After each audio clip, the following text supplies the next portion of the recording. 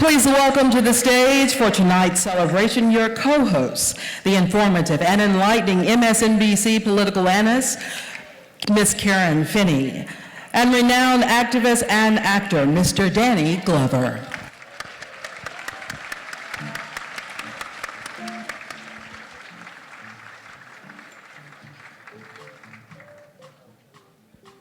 Good evening, everyone. So it's an honor to welcome you to the Legacy Banquet for the 50th anniversary celebration of Freedom Summer with this incredible gathering of activists from all over the country, veterans sharing their stories, young people who have taken up the torch as we know the fight for social and economic justice continues. Thank you very much, and it's a pleasure to be on stage here with Karen as we're going to navigate you through this evening. I've had the opportunity to be here since Wednesday, and it's been remarkable, meeting people. And let me say something else. We talk about young people and what they do or don't do. That's not what's happening with these young people here at this conference. So we want to give them, along with our veterans, along with those people who are still waging the battle, but the young people here, and their presence here in every shape has been what has guided this conference nonetheless. Tonight we will honor the legacy of that summer and those who have dedicated their lives to the movement. Let us begin by welcoming a man who needs no introduction, but who is a pivotal in the success of this week's event. And I have a few things to say about him because I've had the opportunity to be around him for the last year and a half, as we work on various campaigns around Nissan auto workers, and we've traveled to South Africa, we've traveled to Brazil and everything else. And I'm telling you, this young man is something else. And I called him young because at the time that he became the president of the state in NAACP, he was the youngest president at the time. He's no longer the youngest president, I understand, but he's still a young man, and he's still so dynamic. He is executive director of One Voice. Please welcome Mr. Derek Johnson. Good evening. This has been a wonderful 4 days, have it not?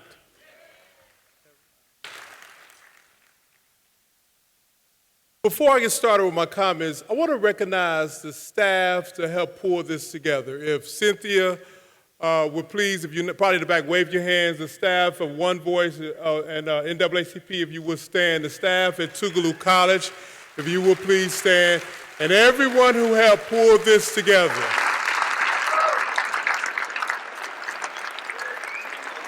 So last year, we began to work with Mrs. Evers, Rena Evers, to commemorate the 50th anniversary of the assassination of Medgar Evers. And we did that because we cannot afford to allow the legacy of the civil rights movement to be hijacked and revisionist history created out of it.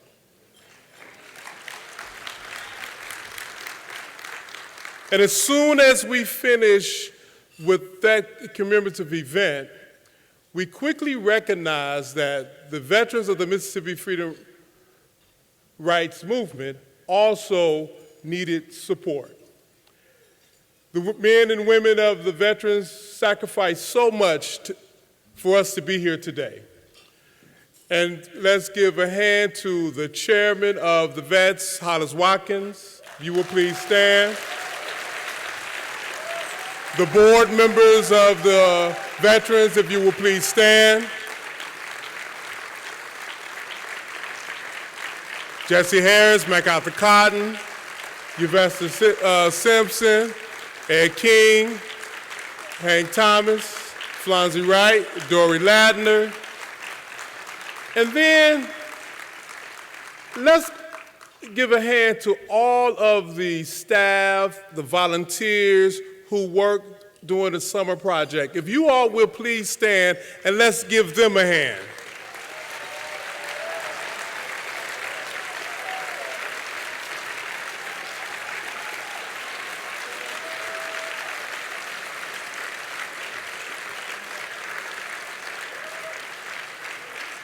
This event is about them. This event is about all that was done to ensure that democracy is true not only in Mississippi, but throughout the nation. And as we sit here today in the Jackson Convention Complex, a place 50 years ago we would not have been able to sit in, as we celebrate the successes of what we've made, more elected officials in Mississippi than any other state, more elected officials, African American, in the South than any other region in the state, it is because of men and women who sacrifice so much.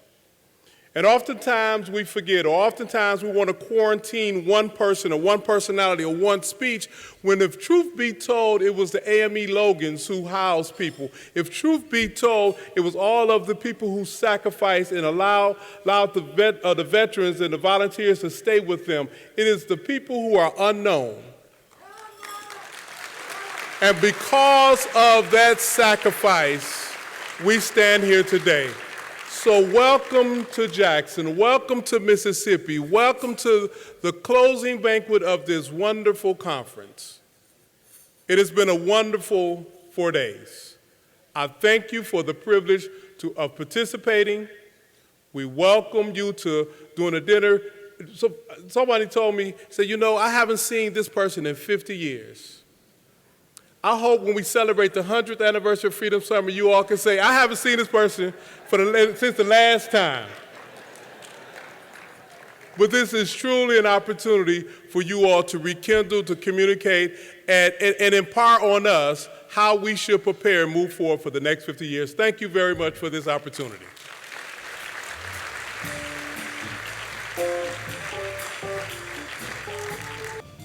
Let's give Derek another applause, another hand there.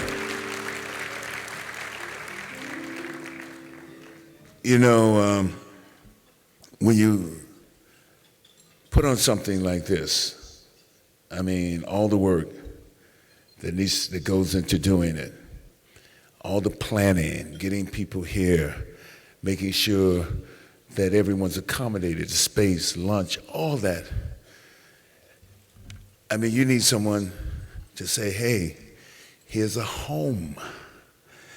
And we may think that because of the historical significance of Tougaloo College, that's an automatic, that's a given. There's no problem, it's going to be a Tougaloo College. But you have to have someone very special and someone who understands not only that moment 50 years ago, even though she wasn't alive 50 years ago, but understand the importance of that moment and be able to contextualize that moment and what is happening today.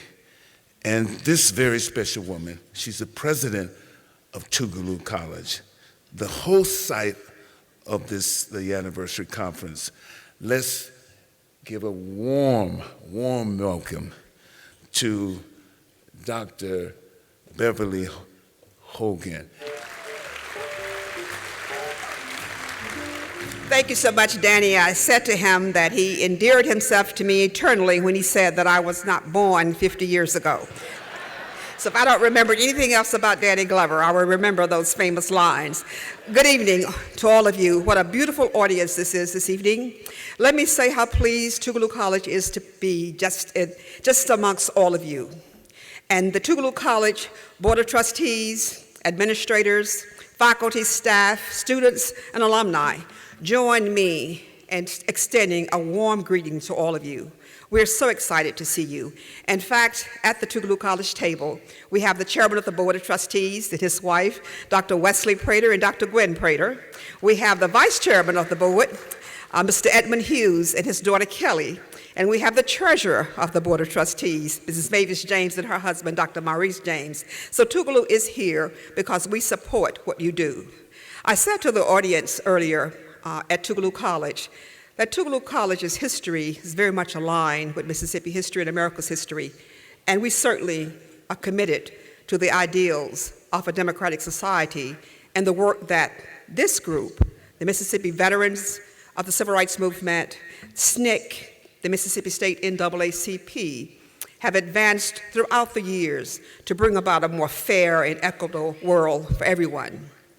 Tougaloo College's history is really a narrative of oppressed people's journey to full citizenship in America through the transformative power of education, footnoted by a call for democracy. In 1869, Tougaloo College responded to that call, and that call came from African American people who knew the denial of freedom, but not the liberating effects of education and the realization of the America's promise. Tougaloo College offered hope for that promise. It offered opportunity. And we still continue today to offer that kind of hope and opportunity. We must realize today that the call emanates from the working poor, the working class, the middle class, who are in serious danger of being forgotten and left out and forsaken in America's pool of opportunity. As an educational institution, we want to make sure that we're opening the doors of opportunity for the working people, for the poor people, for those people who will make up the workforce of the future so that they will have access to earn a college degree.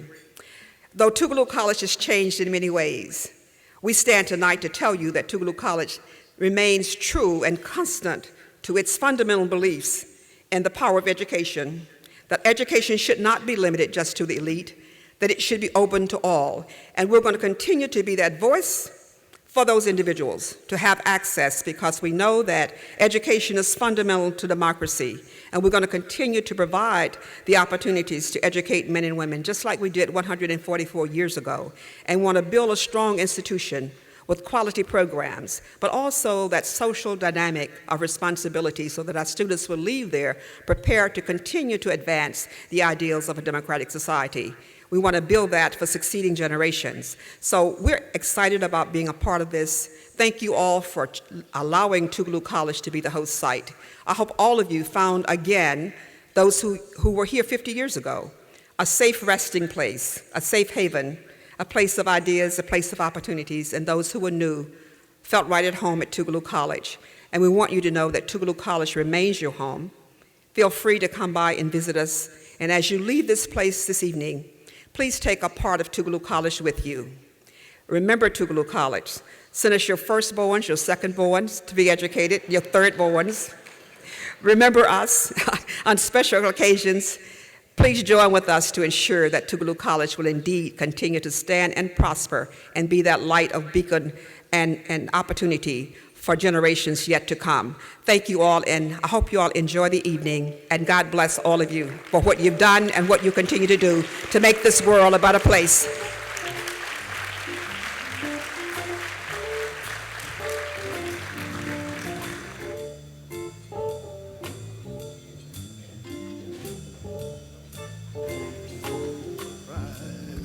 Hold on.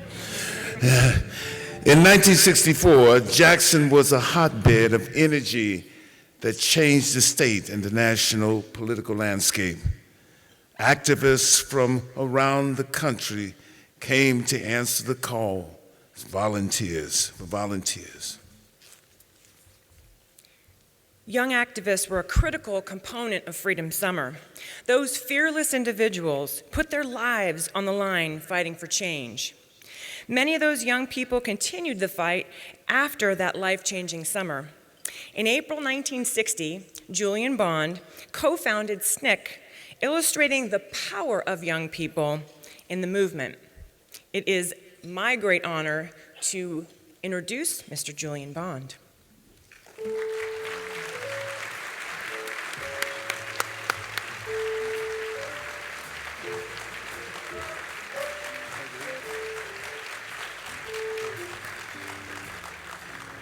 Thank you a great deal. It's so great to look out here and see all of you. The state of Mississippi, the site of Freedom Summer, has always held a special place in the American imagination. Mississippi-born author Richard Wright wrote down a list of topics Southern blacks dared not to raise in conversation with whites at mid-century.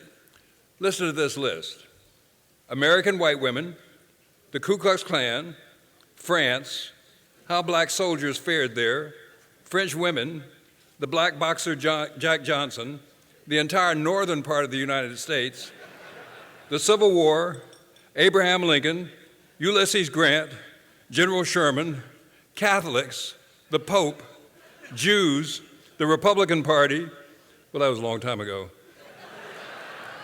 slavery, social equality, communism, socialism, the 13th, 14th, and 15th Amendments, or any topic calling for positive knowledge or manly self-assertion on the part of the Negro. Bob Moses of the Student Nonviolent Coordinating Committee said, when you're in Mississippi, the rest of the country doesn't seem real. And when you're in the rest of the country, Mississippi doesn't seem real. And William Faulkner said, to understand the world, you must first understand a place like Mississippi. And Nina Simone said, Mississippi goddamn.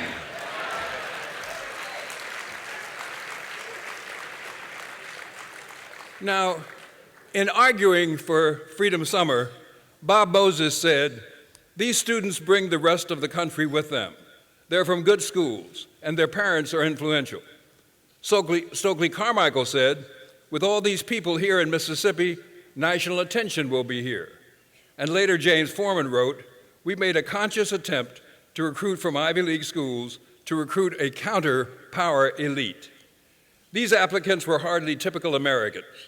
Average median family income in the United States in 1960 was $5,660. The Freedom Summer's applicants' family income was 50% higher, $8,417. Median income for a Mississippi black family was only $1,444. Thus, the poorest people in the country would pay host for the summer to the children of the most privileged. Living in the poorest state in the United States, most of Mississippi's black population worked in non-mechanized cotton farming. In the 1960s, 68% of all Mississippi blacks lived in rural areas. In the rest of the United States, only 38% of blacks were rural. The median non-white income of $1,444 was the lowest in the United States. 86% of the non-white families in Mississippi lived below the federal poverty level. In 1960, the sixth grade was the median education level of Mississippi blacks over 25. For whites, it was the 11th grade. 42% of whites had finished 12 years of school. Only 7% of blacks had gone that far. In 1964, Mississippi spent $21.77 per black child and $81.86 per white child. In Holly Bluff, Mississippi, education expenditures were $191.70 for each white child and $1.26 for each black child. Infant mortality rates for blacks were twice as high as for whites. 2/3 of all black housing was deteriorated or dilapidated. Half of all black housing had no piped water. 2/3 of all black housing had no flush toilets. In 1960, only 7% of voting-age Mississippi blacks had registered to vote. 5 counties had black population majorities and not a single registered black voter.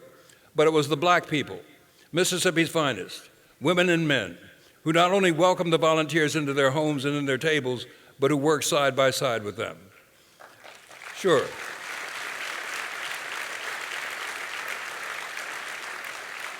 Application for summer workers came from 233 schools.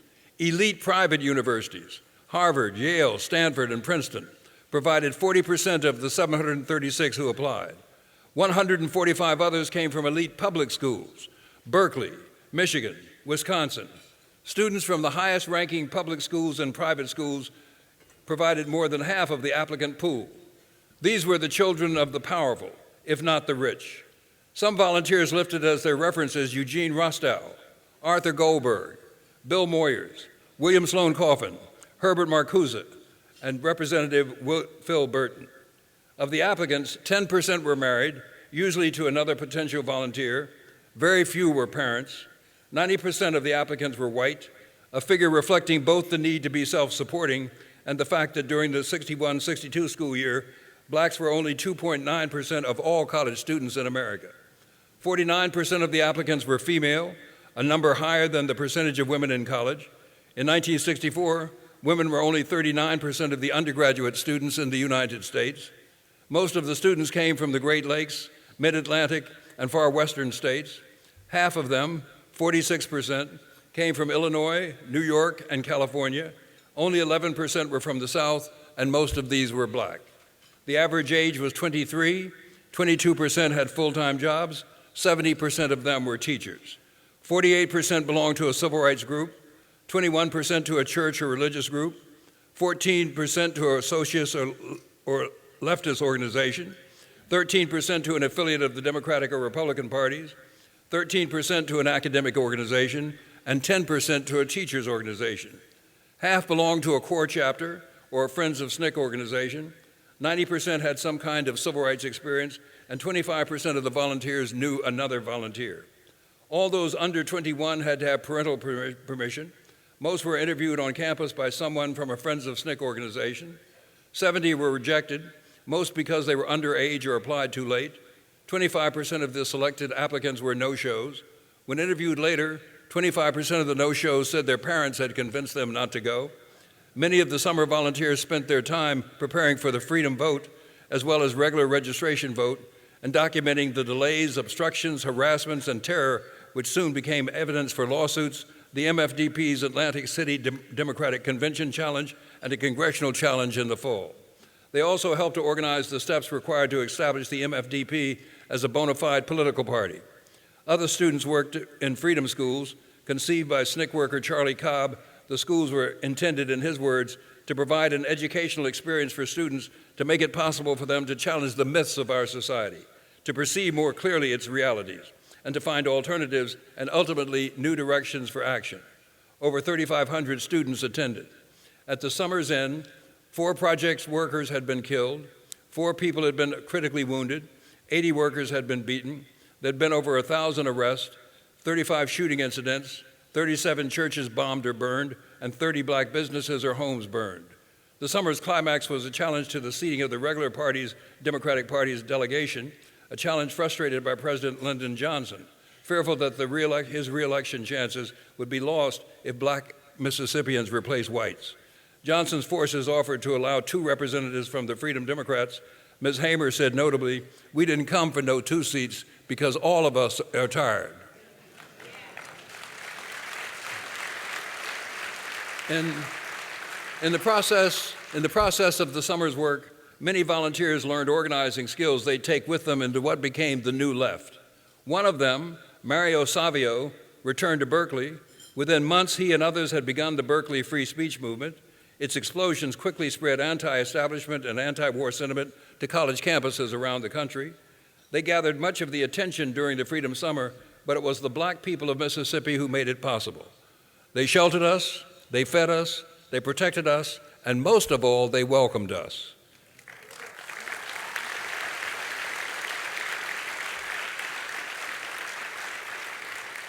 SNCC worker Gwendolyn Zohara Simmons described her welcoming to Laurel, Mississippi.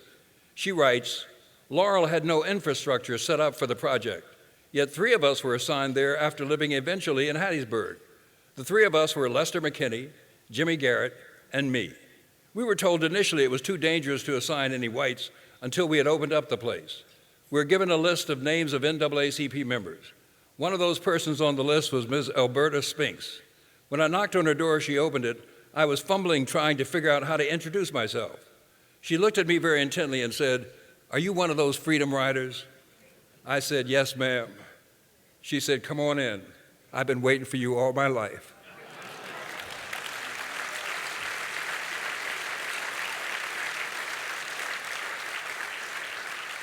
As it happened, the Freedom Summer registered few new voters, but that was not the measure of its success. It built community centers, it opened the minds and widened the horizons of many Mississippi children, and it invited America to Mississippi through the eyes and experiences of the summer volunteers. It established the MFDP, which would play an important role in Mississippi politics for years to come. Freedom Summer demonstrated that no part of the United States was off limits to civil rights workers. The summer's activities had to help to pass the 1964 Civil Rights Act, signed into law in July of 1964. There have been other times and in some places, other places, where political activism arose among the young, but the 1960s particularly come to mind. Why then, and why not since? Why not now? Why don't college-age young people gather together now to ensure that the unregistered are registered and the large population of occasional voters are encouraged to cast their votes?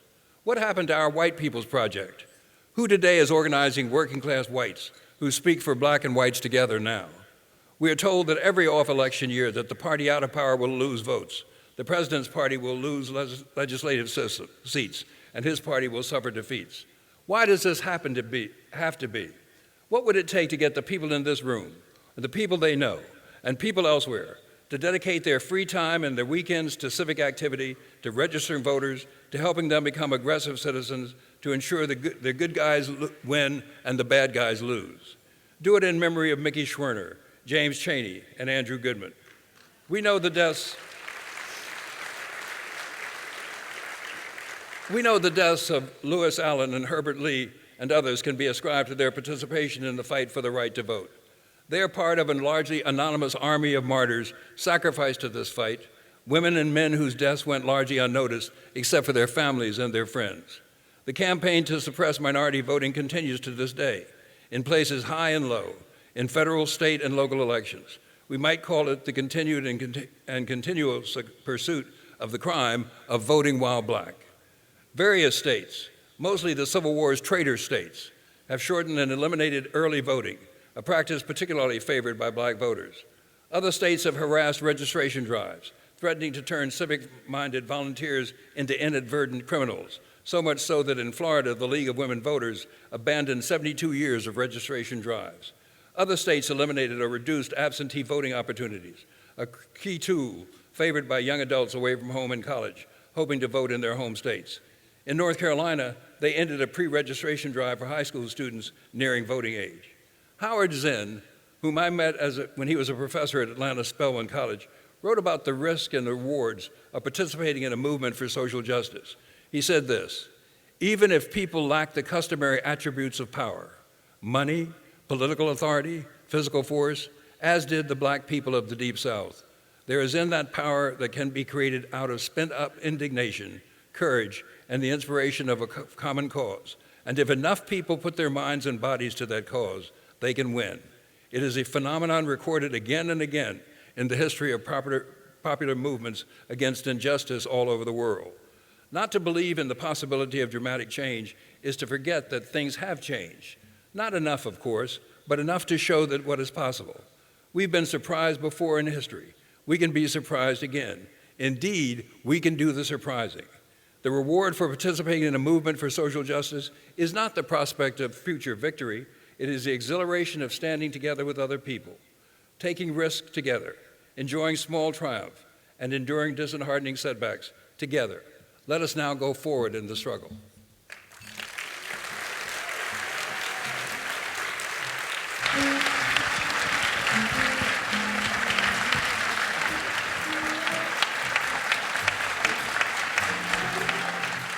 So now I have the honor of introducing the person who will give the blessing for our meal, but I want to tell you a little something about her. There's so many things I could tell you. She is the daughter of Reverend R.S. Porter. He was the president of the NAACP at the time those 3 civil rights workers were killed. And the memorial service was held at the church, her father's church, where she now is the pastor. So I want to introduce to you Reverend Annie Travis. She is chaplain of Rust College, and she will bring the blessing for our meal.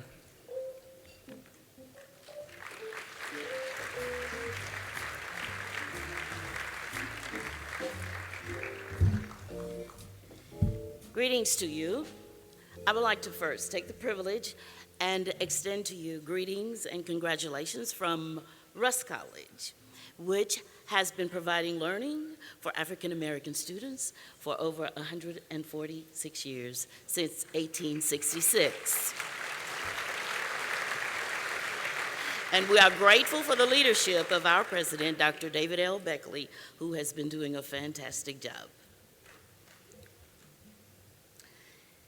This has been a great evening, a great week, and we give thanks to the chairmen of all of the sponsoring organizations and for the committee who has put the program together. And so I just want to say, the Spirit of the Lord is upon us. because the Lord has anointed us to proclaim good news to the poor, to proclaim release to the prisoners, to give sight to the blind, to liberate the oppressed, and to proclaim the year of the Lord's favor. This 50th Freedom Summer celebration, we give thanks for the work of the Spirit that is among us. O Creator of the universe, since the beginning, the Great Spirit hovers over chaotic waters. From the Ancient of Days, the Spirit creates light out of darkness. In the midst of all your majesty, human beings are highly favored with compassion and passion for justice.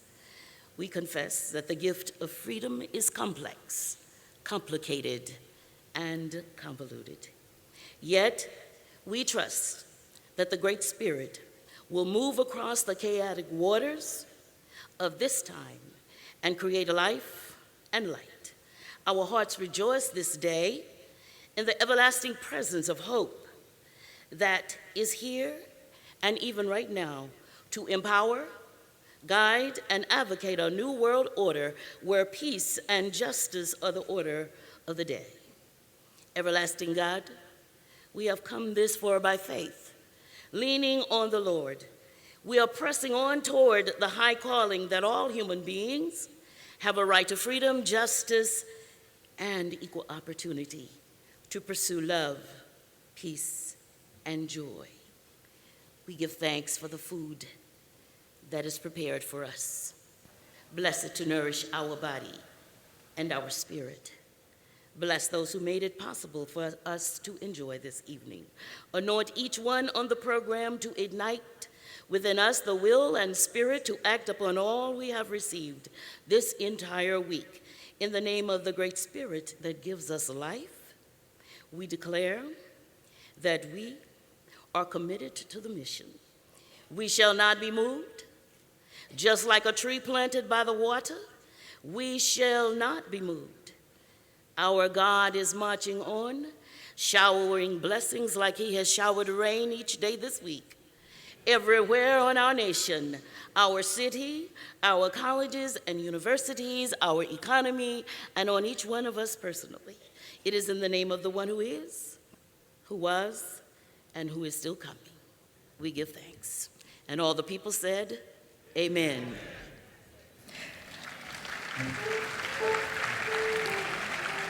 Dinner will now be served, and the celebration will continue with the Dowell-Taylor Quartet.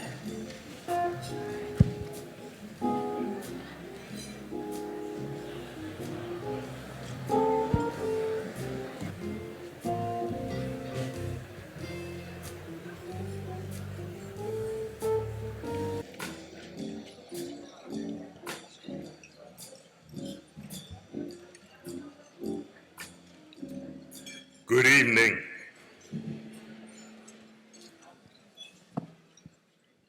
My name is Hank Thomas. I am a freedom rider.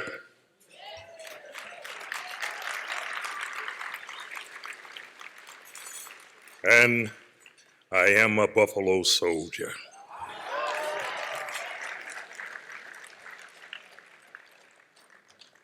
I want to thank all of you who have come out tonight to pay tribute and honor to some wonderful people. A few years ago,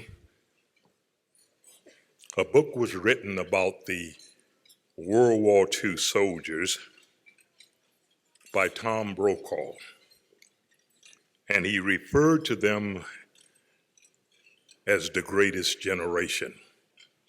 These were men who landed on the beach of Normandy and fought their way across Europe to free Europeans from Nazi terror and Nazi enslavement.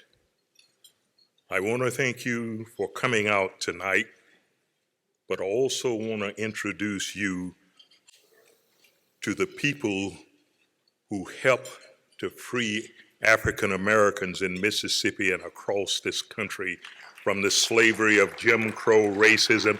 They or your greatest generation.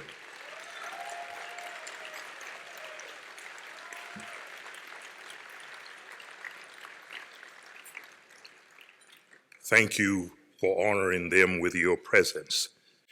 If you turn to the back of your program, you will see some other people that we must give thanks to for providing the monies to put on such an event as this.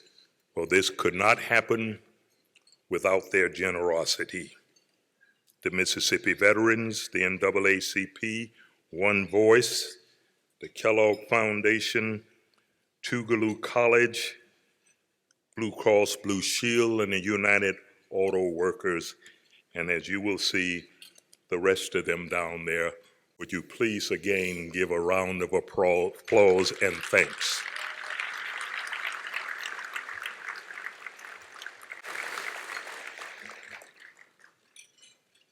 How do you say thank you?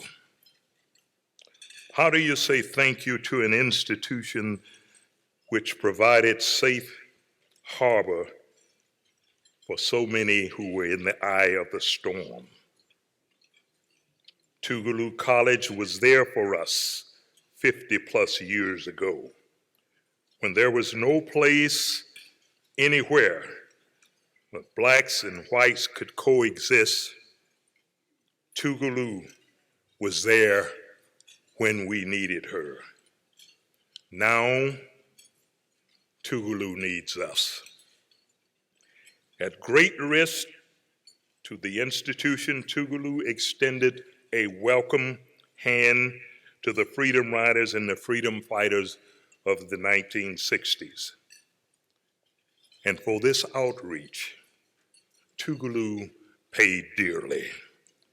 She lost a lot of her financial support and resources that dried up, and a loss that the school has not yet fully recovered from. We came to Mississippi, to Tougaloo, in the springtime of our lives. We are now in the autumn of our years. When we came, our music was still in us, and it was here that with our deeds, we wrote the songs of freedom. It was at Tougaloo that we found shelter. Tougaloo's grounds are sacred grounds. We found the shelter from the storm of racism and fatal danger. And we must never, ever forget Tougaloo.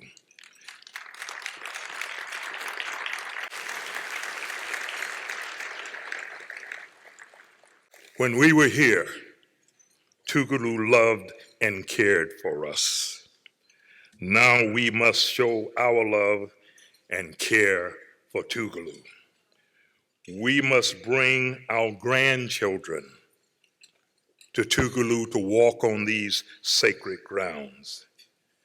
And because we were here, Tougaloo must survive for many, many more tomorrows.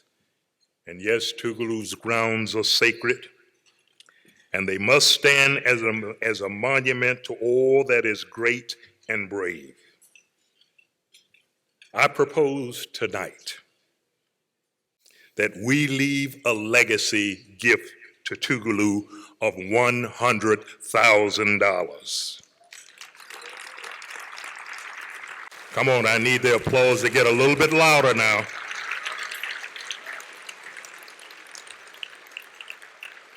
Tougaloo cared for us. Tougaloo cared for us.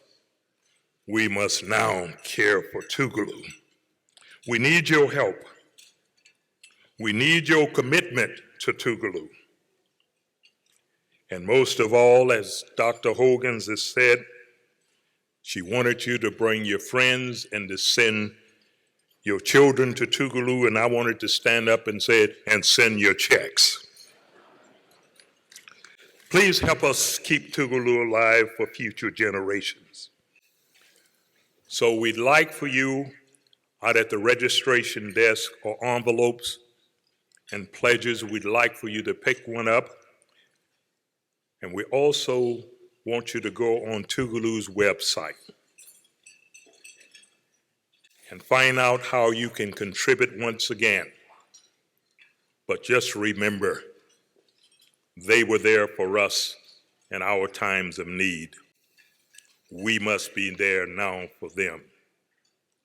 Tougaloo, we love you. Tougaloo, we love you, and we love you. Thank you very much.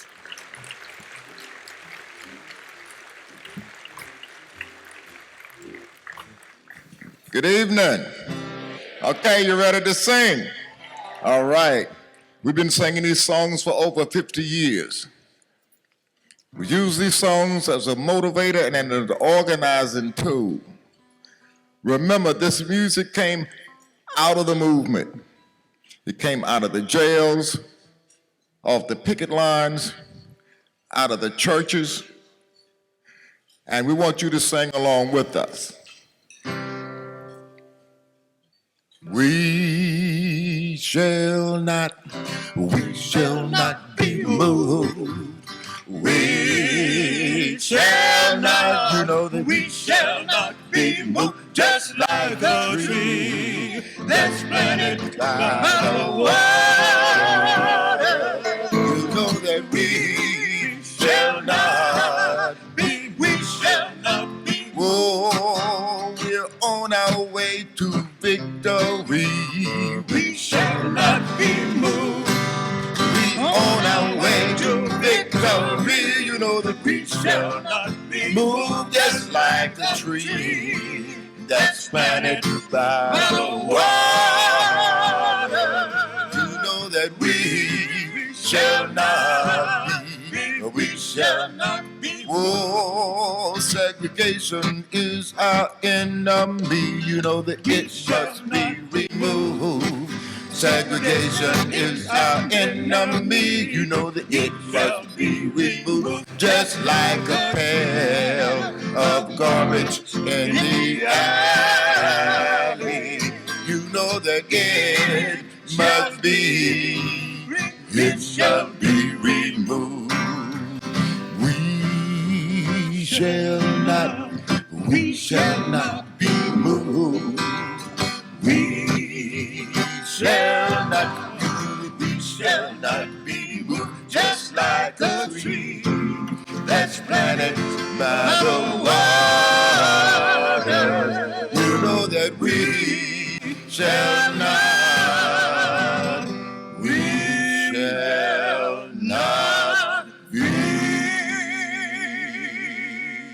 moved.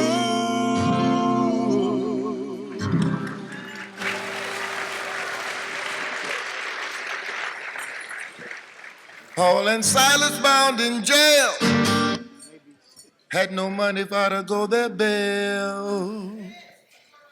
Keep your eyes on the prize. Hold on. Hold on. Hold on. Keep your eyes on the prize. Hold on.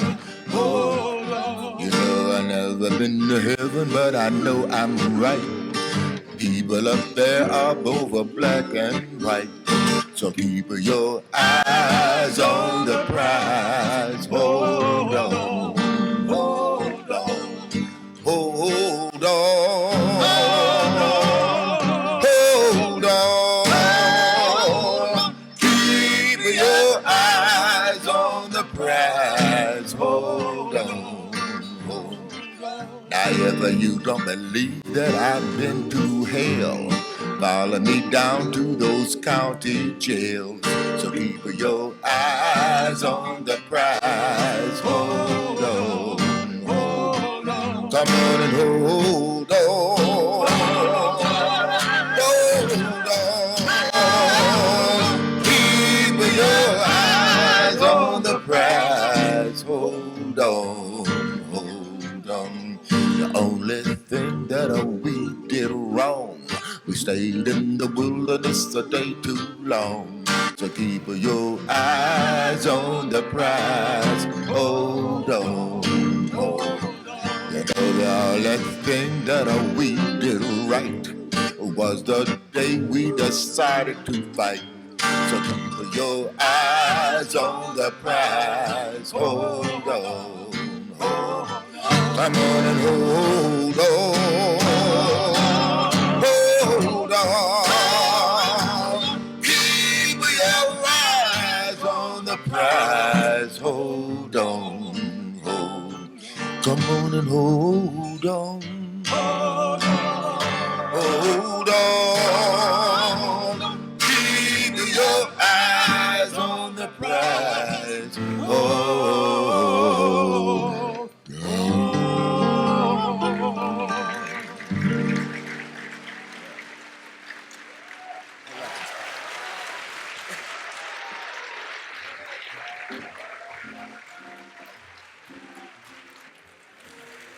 Let's have a hand for the Freedom Singers. 50 years of service. The list of heroes during Freedom Summer alone. Each activist deserves recognition for their part in the events that changed Mississippi and the nation. We know the sacrifices made for the cause. So now we want to recognize the committees that were so critical to that 1964 Freedom Summer. I want to begin by recognizing Dave Dennis. And I want to say that because as a young boy in San Francisco, I vicariously lived my life through men and women like Dave Dennis, Diane Nash, Julian Vaughn, Bob Moses. And to have the opportunity to meet Dave in 1999 when we were shooting Freedom Song in North Carolina was one of the great moments in my life. The opportunity to now enter his world and to become part of his world with Bob and the Algebra Project and Young Pin and Omo and Maisha and the Young People's Project, and to talk about quality education as a civil rights. In some sense, it's translated another step in my own growth as I followed in the steps of men and women who I had so preciously held too close to me in those dark moments in Mississippi in 1964. So I want to especially introduce my friend, my brother, Dave Dennis. Good evening. We've had a great week. And I say week is because the Youth Congress began on Monday. And we have to give special thanks to a crew of people like Corcoran Cox and Karen Spellman, Cynthia Palmer, Wendy, and others who worked together so hard to bring this together and make this such a perfect event for us. Let's give them a big round of applause.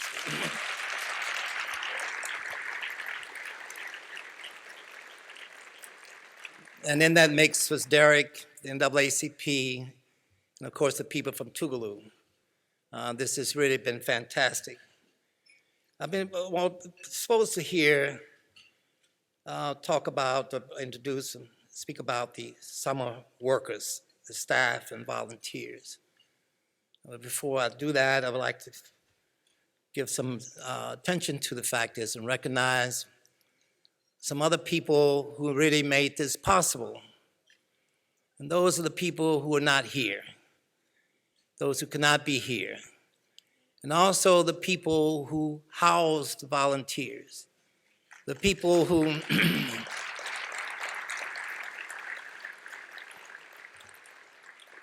the people who really laid the groundwork.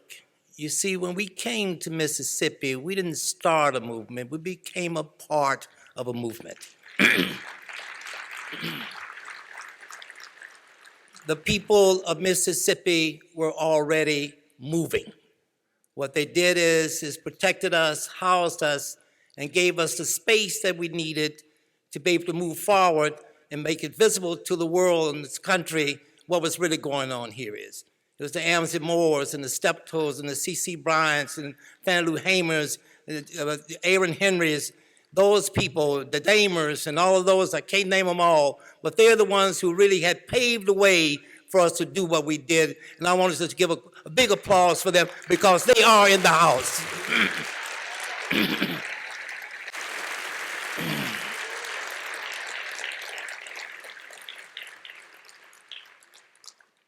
And the staff.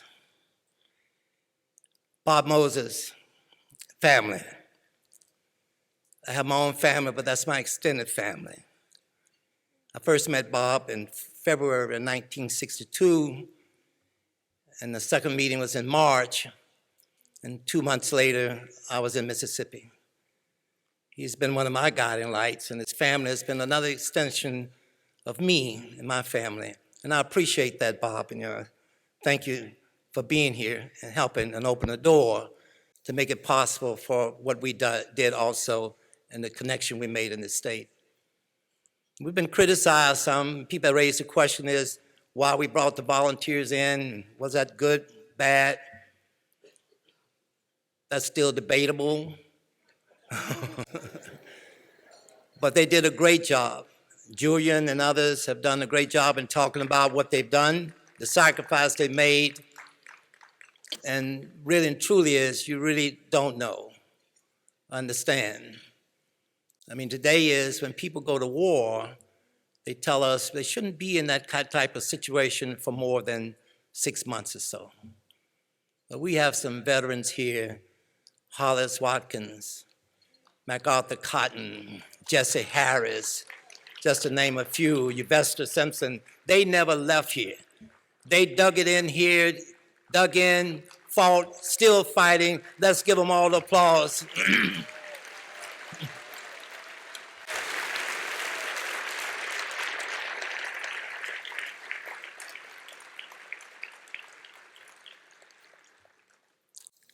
One of the things is that we have to be careful of. What this movement was about in Mississippi was about the people. When Bob Moses talked about we the people, it was a model of we the people. We had COFO, where we brought together all of the organizations in the state. But not only that is, but COFO was not started by us. COFO was started by local people in 1961. And it grew in 1962 to include all of the other people who came into the state. It was a local effort. And it was sort of an umbrella where we all could work together as one. It wasn't about CORE, it wasn't about the NAACP, it wasn't just about SNCC and stuff. It was COFO, freedom fighters. That's who we were. And we cannot allow this country or the media to minimize us.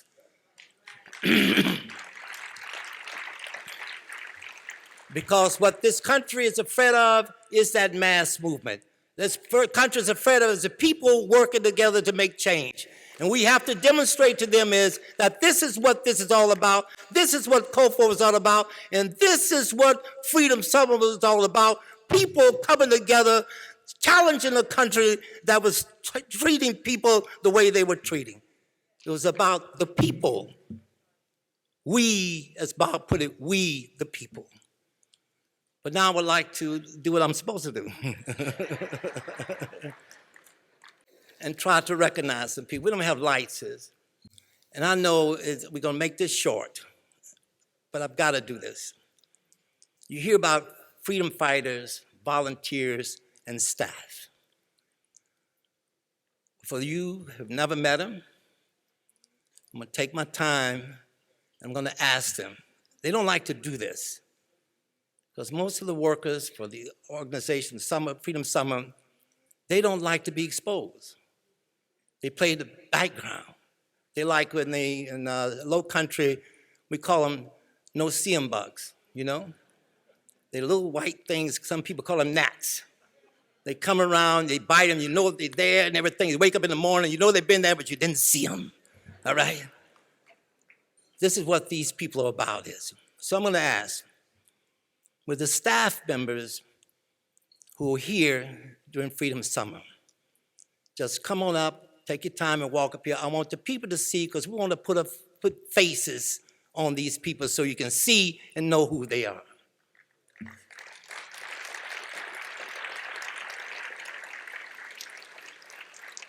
Come on, let the people see you. Come on up. Volunteers, come on up. Anyone out there who housed anybody during the Freedom Summer, come on up. This is your stage tonight. If you fed us, come on up.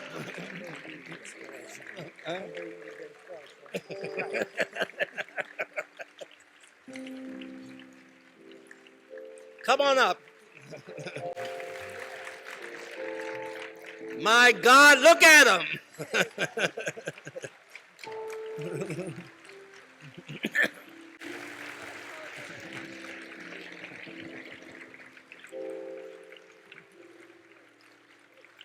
Come on up.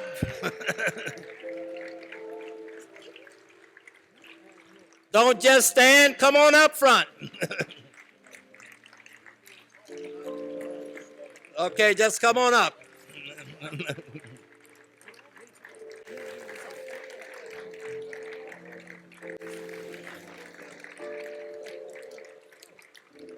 Now, one of the things while they come up where you can look at them and see them, the fight is not over.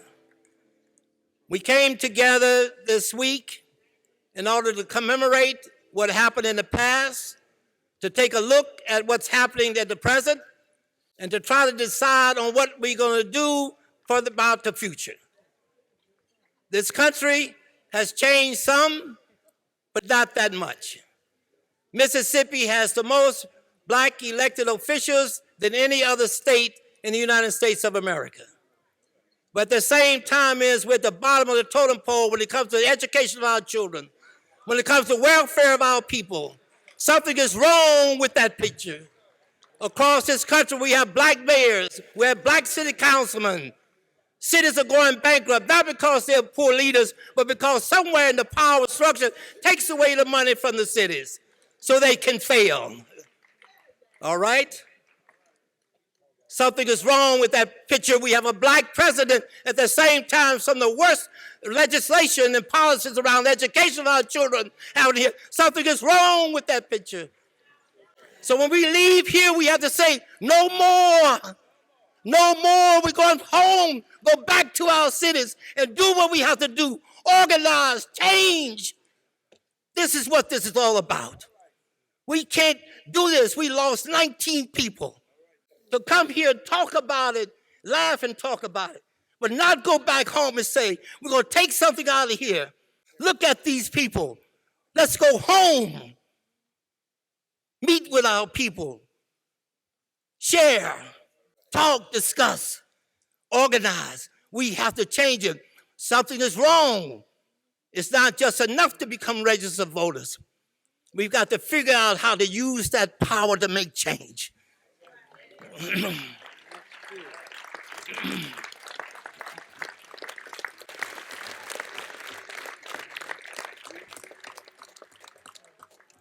We shall not be moved by the water. We shall not be moved. All discrimination, it must be removed. All discrimination, we shall not be moved just like a tree standing by the water. We shall not be. All discrimination, it must be removed. All discrimination, it must be removed just like a tree that's planted by the water. We shall not be moved.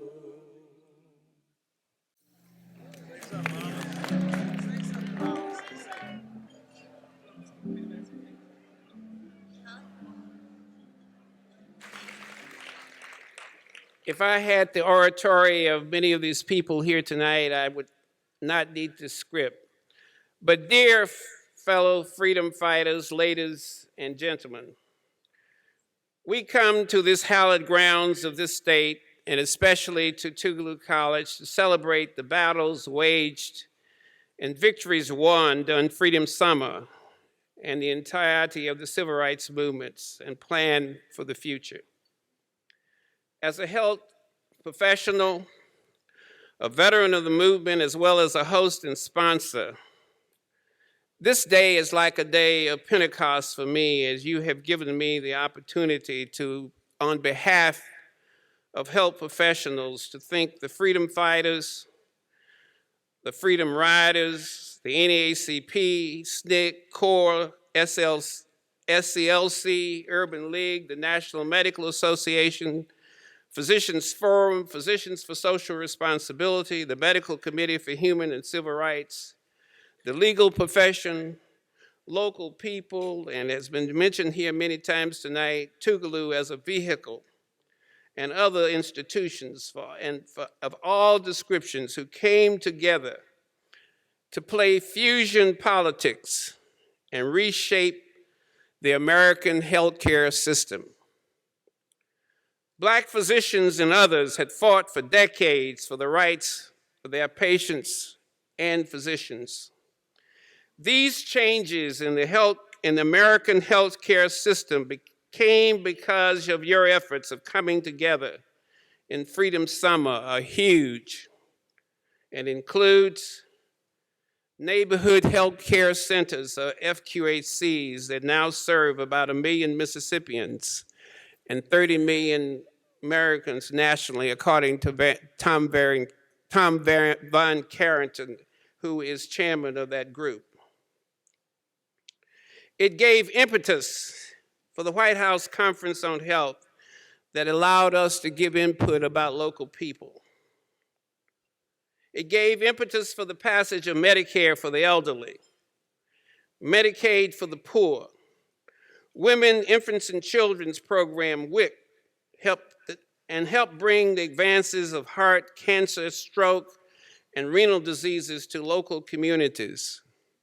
Mental health decentralization, and one of the finest examples that occurred here in Mississippi is the opportunities for students from HBUs such as Tougaloo, Jackson State, Alcorn, MSVU, and Russ to attend non-traditional medical schools outside of the state, and later new federal monies that created new medical schools and increased size of existing medical schools and other programs that basically moved healthcare from a cottage industry to one of the largest industries of our country that is now more inclusive. Finally, the framers of the Declaration of Independence talked about guaranteeing the right of life, liberty, and the pursuit of happiness. But in my estimation, forgot that good health is the underpinning of these rights. We have to work to do, and we must continue to work together in this vigilant fight for the Affordable Care Act and to expand Medicaid for all Americans and for the right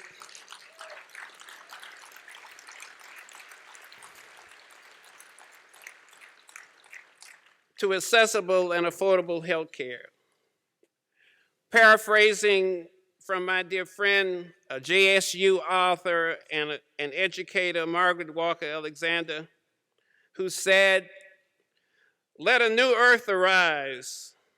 Let a second generation of youth, as characterized by Albert Sykes and this conference, full of courage, arise. Let a marital song be written. Let a new race of men rise and take control. Thank you so much. Next to enter the stage is Attorney John Walker, who will bring tribute to the Lawyers Committee for Civil Rights Under the Law, the National Lawyers Guild, Lawyers Constitutional Defense Committee, the Legal Defense Fund, and the NAACP.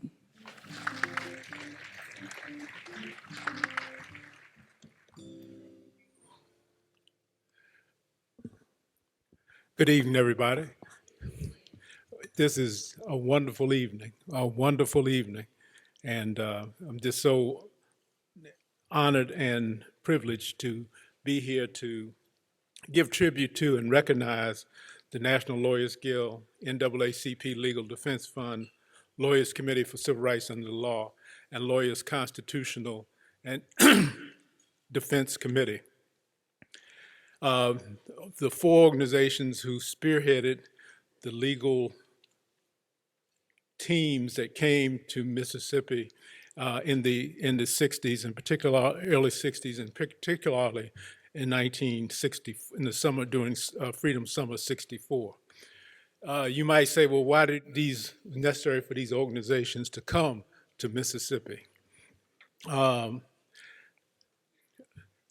Well, because just like the political landscape was harsh and racist and bitter in terms of what the registration of students, registration of voters and whatnot, likewise the whole legal system in Mississippi was very hostile.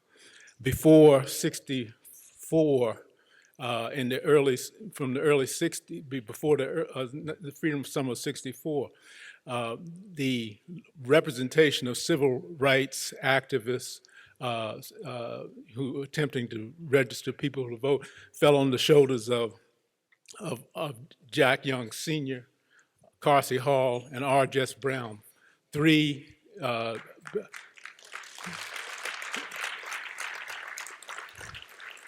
Black attorneys in the state who, selflessly represented numerous people involved in the civil rights activities. They were the founders of the Magnolia Bar Association in 1955 because of the exclusion of Blacks from the Mississippi Bar. The Mississippi Bar, which had never recognized or embraced the Brown versus Board of Education and never encouraged or challenged the Mississippi officials to follow the law and of the land. But so it fell on them up until that point, and so therefore, in leading up to the '64 summer, it was recognized, well, they need some help.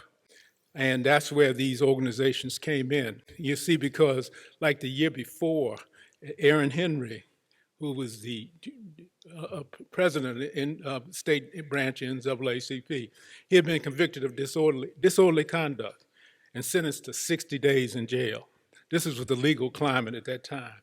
You had a justice of the Mississippi Supreme Court by the name of Tom Brady, who wrote a publication called Black Monday, which was about the Brown versus Board of Education case, in which he said was not the law of the land, and he was a justice on the Mississippi Supreme Court.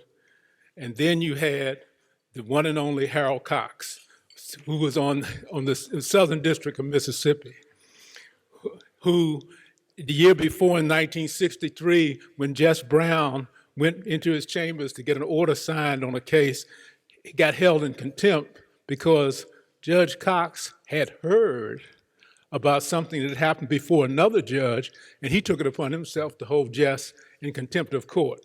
This was the climate that was going on in 1963. Likewise, in that same time, Judge Cox, in March of that year, referring to a group of Black witnesses in his court to testify as a bunch of chimpanzees. So this was the legal climate, and this is why it was necessary for the organized with these organizations, the National Lawyers Guild, organization that was founded in 1937 as an alternative to the American Bar Association in protest of American bar being exclusionary, and the first bar association, the National Lawyers Guild, that would allow had a multiracial membership. And it came in the early 60s and set up offices in the South and worked in conjunction with the R. Jess Brown, Jack Young Sr., and Carsey Hall. Then you have the NAACP Legal Defense Fund, which was founded in 1940 under the leadership of Thurgood Marshall, who argued Brown versus Board of Education, and then became the first black U.S. Supreme Court judge. And it also had set up an office in Jackson in the early 60s and was in terms of helping move the civil rights agenda forward. And then you had the Lawyers Committee for Civil Rights Under the Law, an organization that was founded in 1963 through the efforts of President John F. Kennedy, who brought a number of Wall Street lawyers in and told them that they needed to get involved in the representation.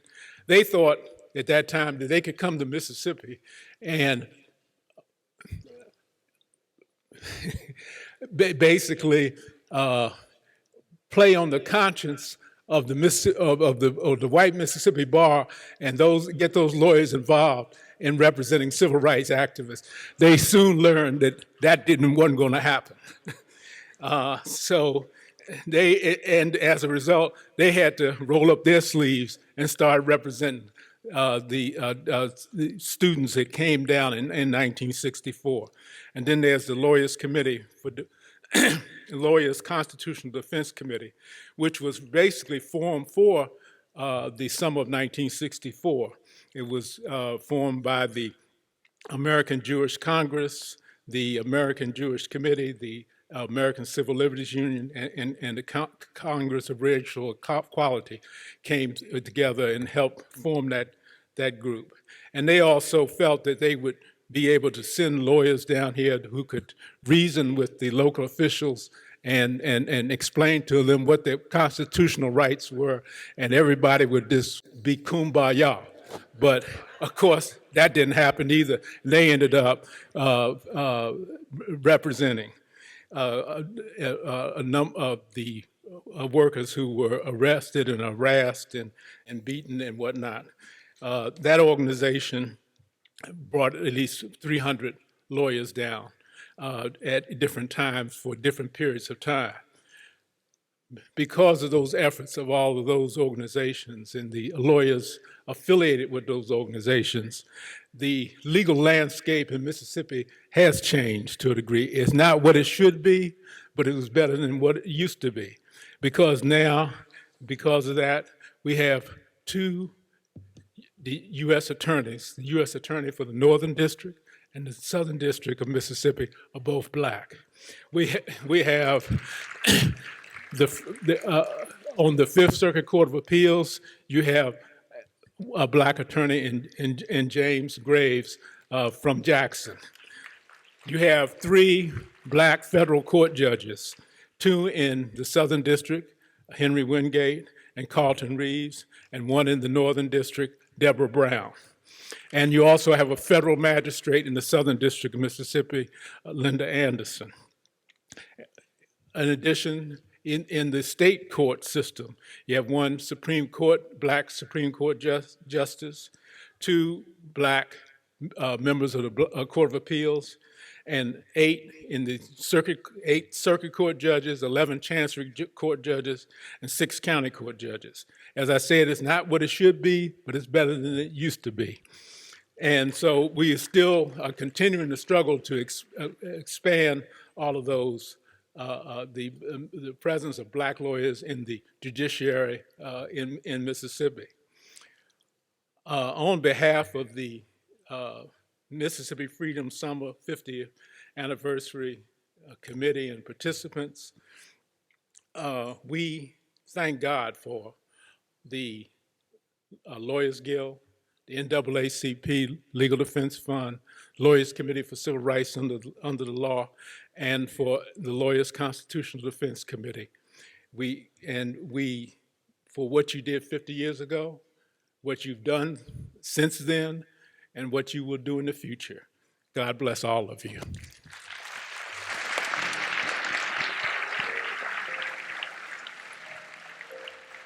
To pay tribute to the National Council of Churches, please welcome to the stage Reverend Rims Barber. Good evening.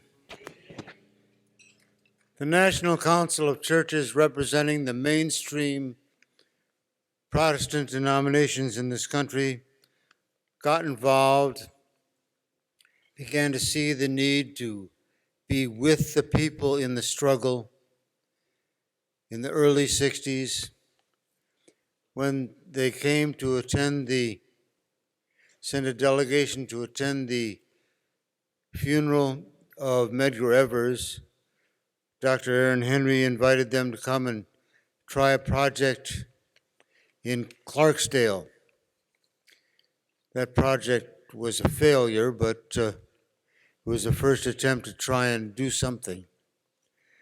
Later, a project in Hattiesburg turned out a lot better, supporting the demonstrations there, providing bond money, keeping people out of jail, helping people organize.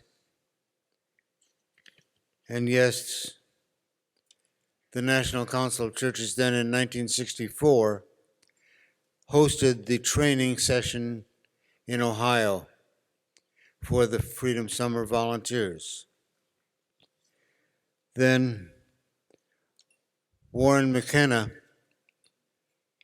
my dear friend who got me here, helped bring 300 ministers to Mississippi during Freedom Summer and learn all over again how to be with the people, to listen rather than to preach, to love and to share in new ways. That then extended beyond Freedom Summer and became the Delta Ministry that fall, which helped birth CDGM, the Head Start program, helped establish the Federal Health Center in Mount Bayou, and did some other great work to try and get people involved in shaping their own future, their own communities' lives. And I would like to remember some of those who have gone on, who were in the original group of ministers who led that effort. Bob Beach, Harry Bowie, Art Thomas, and Charlie Horowitz. Also, Mount Beulah became a center where people could gather and plan for future efforts in the freedom struggle. And the Delta Ministry hosted out there some wonderful events that helped shape the next few years of the freedom struggle, and initiated, well, the next director of the Delta Ministry, who is now ailing in a nursing home here in Jackson, my dear friend Owen Brooks.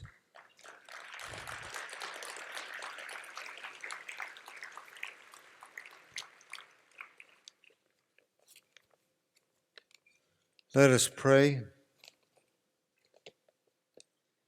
May God bless you with discomfort at easy answers, half-truths, and superficial relationships, so that you may live deep within your heart. May God bless you with anger at injustice, oppression, and exploitation of people, so that you may work for justice, freedom, and peace. May God bless you with tears to shed for those who suffer from pain, rejection, starvation, and war, so that you may reach out your hand to comfort them and turn their pain into joy.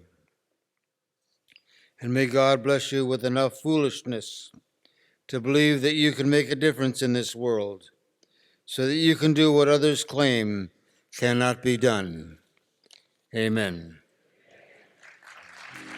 Amen. Please welcome Congressman Bernie Thompson from the Mississippi 2nd Congressional District to pay tribute to the Mississippi African American elected officials. Good evening. I will, in the interest of time, be very, very brief. There are a lot more people to come behind me. However, let me thank the young men and women who dared to come to this state in 1964 to lead us out of what was then one hell of a mess. You did it. You sacrificed. You did so much. I'm one of the recipients of your work. It was because of your coming to this state as young, impressionable students. You put the spotlight on our state at a time when the light really needed to be shown. So I thank you for that. Right after you left, a lot of things happened. But before you got to our state, we did not have a single African American elected official except in the city of Mound Bayou, Mississippi, which was an all-black town. So after Mound Bayou, there was nothing. After you left, we got a Civil Rights Act passed. We had a Voting Rights Act passed. Fast forward, people talk about how many African American elected officials we have in this state, and we have quite a few. We lead the nation. But proportionately, we still not where we need to be. If we are 37, 38, 39, 40% of the population, we ought to have 2 members of Congress who look like me, or at least have a choice. We should have at least proportional representation in our statewide elected officials. We don't. So we have work to be done. In addition to that, we're about half where we should be. But more importantly, we need your help in this state and in the South to really remind those who are coming on your shoulders the sacrifices that you made to get elected. So many of our newly elected officials come thinking they are there because they're the best and brightest. And that is a false assumption. But it's a false assumption that permeates a number of city councils, county boards of supervisors, a number of things. So hopefully your coming this 50th will help send a message that, you know, you really didn't get to be elected all by yourself. It was a lot of people from Oregon, Wisconsin, Minnesota, Illinois, who are the reason that you are elected today. So on behalf of all those people who are elected, let me thank you for coming. Let me thank you for reminding us that the work is still incomplete. We have a lot to do. I could tell you, but you see it every day. We struggle in our state. Our children still die younger. Our seniors die more often. It is clearly something we have to work on. I applaud Tougaloo College for continuing to keep the light on and burning for people of goodwill. Thank you, Madam President. For a lot of us, we met all of the people you know at Tougaloo College. Very special. Some of us even met our spouses at Tougaloo College. So it means a lot to us in spite of. So again, let me thank all of the organizers for putting this together. We do need your help. I am looking at some challenges for some of our councils, some of our school boards. I remember the time that I could name every black lawyer and every black doctor in the state of Mississippi. Times have changed. That's good progress. But when I look at the mayors and county commissioners and other units of government who are controlled by people of color, I start looking at who represent them in the legal community, and they don't look like the majority of the people who put them in office. And I'm saying that if lawyers are going to have to get involved in doing some things, those of us who are elected are going to have to start hiring lawyers with every chance we get so that we can make the difference. And I hope you understand what I'm talking about. Not the race card, it's reality. If we don't hire black lawyers as black elected officials, who will? Thank you very much.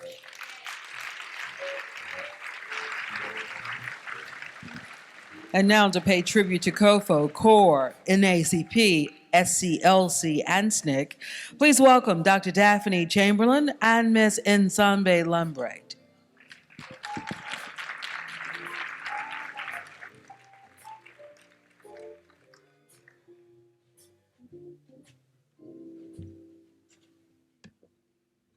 Good evening.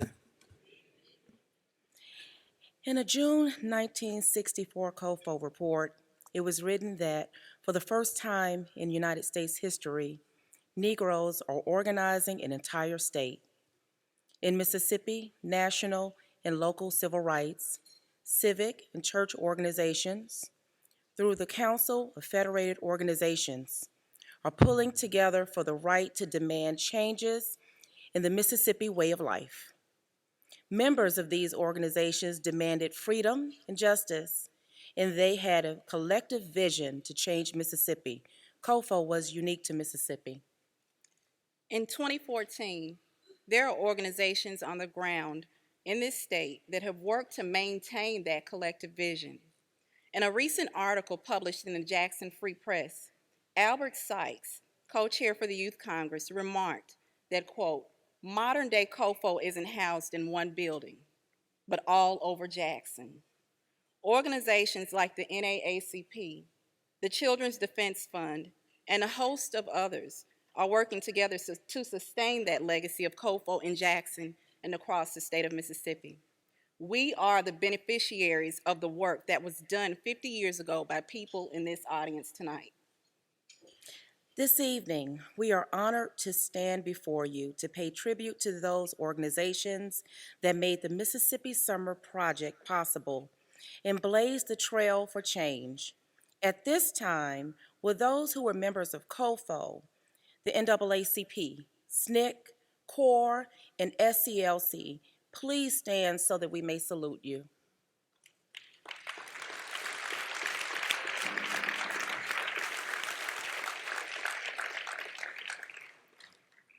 "50 years ago, this group of foot soldiers made a commitment to be on freedom's side.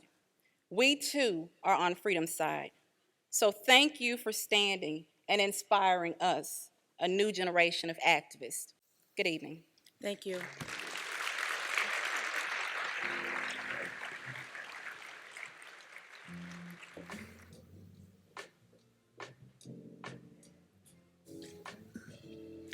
So I have the honor of introducing a friend. Her parents obviously are icons of the civil rights movement. Of course, I'm talking about Medgar and Myrlie Evers. But their daughter, who is our next speaker, and someone who I'm a big fan of, has taken up that work and that challenge in the way that I know a lot of the young leaders who have been at this conference this week are taking up the work and the challenge. So will you please join me in welcoming Mrs. Rena Evers Everett.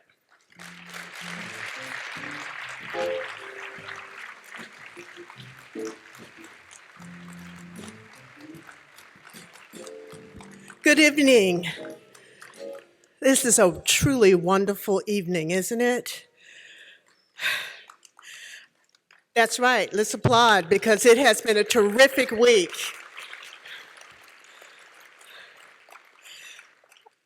I am standing here on shoulders of thousands. I am privileged to be with you, and you're privileged to be seated here in this hall of justice, freedom, and activism.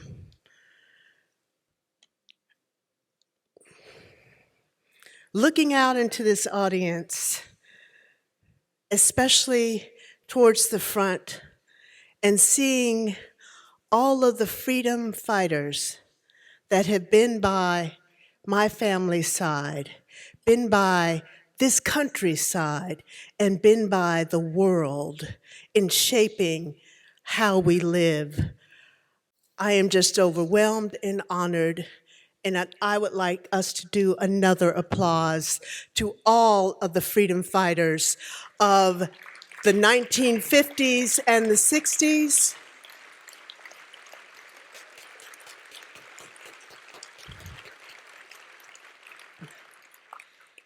It's very important for our family to be here this evening. My father, Medgar Evers, loved this state. He loved his people, and he loved people, period. We are here to honor all of the heroes and sheroes of this movement. When my father was assassinated in 1963, it changed our family forever. But there were so many deaths prior to 1963. So many deaths, so many hideous wrongdoings to people of all colors. Take a moment, turn and look around this room. This is a kaleidoscope of the world, and it's wonderful. Tonight, we honor those of you who contributed to that change, who risked your lives for the freedoms that so many unsung heroes, including Vernon Dahmer, James Chaney, Michael Swerner, Andrew Goodman, my father, so many others. Young people from around the country came down to the South and joined Mississippians who had been organizing in our state. You came here, those of you who came up today, and those who have passed on, and those who could not make it, because you believed that there was unjust in the system that we lived in. And you came to make everyone's lives, all the communities, better. This week, we have witnessed you, our veterans, being joined by young organizers from around the country.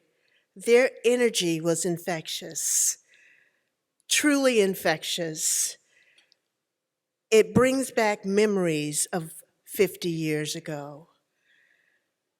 It is often that the work that we all do, but especially our freedom fighters, leaves us tired, leaves us frustrated, and sometimes wondering if we're moving forward.